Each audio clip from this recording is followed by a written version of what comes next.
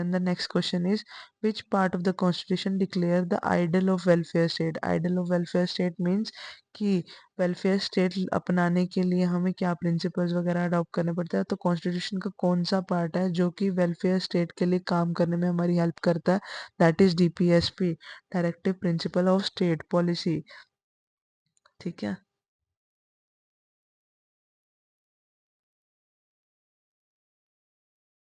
Directive principle of state policy which is mentioned in part 4 of the Indian Constitution, Article 36 to 50. As I mentioned before, the TPSP constitute comprehensive social, economic, political program for a modern welfare state. Next question is, consider the following statement. Constitution of India defines its basic structure in terms of federalism, secularism, fundamental rights and democracy. The Constitution of India provides for judicial review to safeguard the citizens' liberties and to preserve the ideals of the Constitution. So इसमें से क्या सही होगा? So हमारा constitution क्या है? हमारा constitution basic structure को डिफाइन नहीं करता। 1973 में बेसिक स्ट्रक्चर को सुप्रीम कोर्ट ने डिफाइन किया। हाउएवर कॉन्स्टिट्यूशन जो है इस टर्म को मेंशन नहीं करता in terms of federalism, secularism, fundamental rights, democracy. In terms में बेसिक स्ट्रक्चर को मेंशन नहीं करता, तो ये गलत है। And the next is, constitution of India provides for judicial review. Constitution of India में कहीं पे भी जुडिशियल रिव्यू मेंशन नहीं है, which means both are wrong. So the answer is neither one nor two. The Constitution of India does not define the basic structure. It is a judicial innovation in 1973 in the case of Nanda Bharati case. Okay. Held that Parliament can amend the Constitution but cannot alter its basic structure. However, the court did not define the term basic structure. Explicitly, basic structure को define नहीं किया गया है। ठीक है, next question is, preamble to the Constitution of India is a part of the Constitution that has no legal effect. No.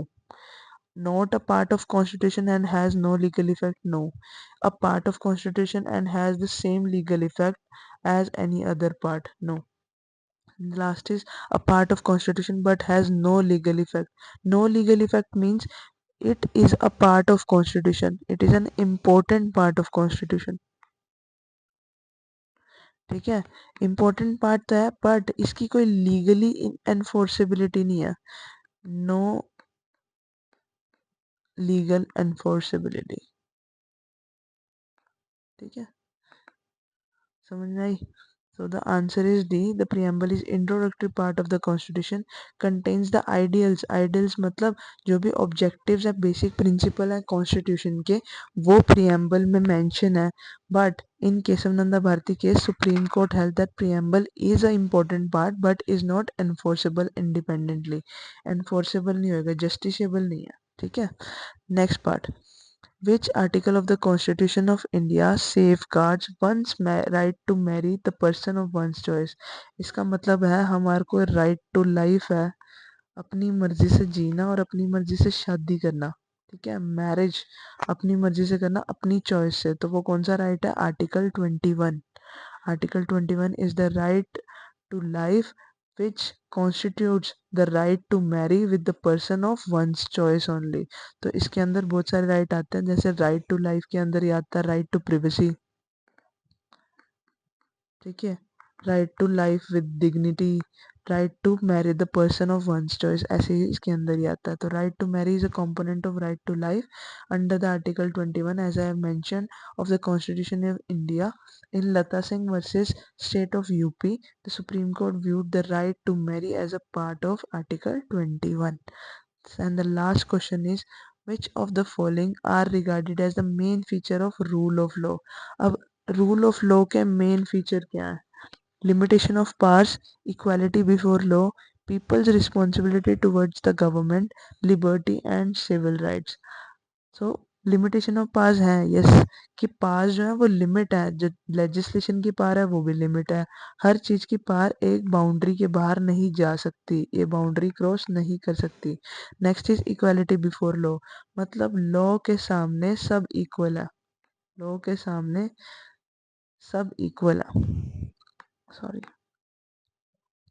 Law के सामने क्या है, सब इक्वालिटी है, चाहे वो गरीब हो चाहे अमीर हो, रिच है पुअर है, बड़ा है छोटा है, वो सब जो है वो इक्वल है। एक सेम क्राइम की सजा सबको सेम ही मिलेगी। मान लो किसी ने मर्डर किया, दो इंसानों ने सेम मर्डर किया, तो सब दोनों को सेम ही ट्रीटमेंट मिलेगा। इक्वालिटी बिफोर लॉ, लॉ के सामने सब इक्वल हैं।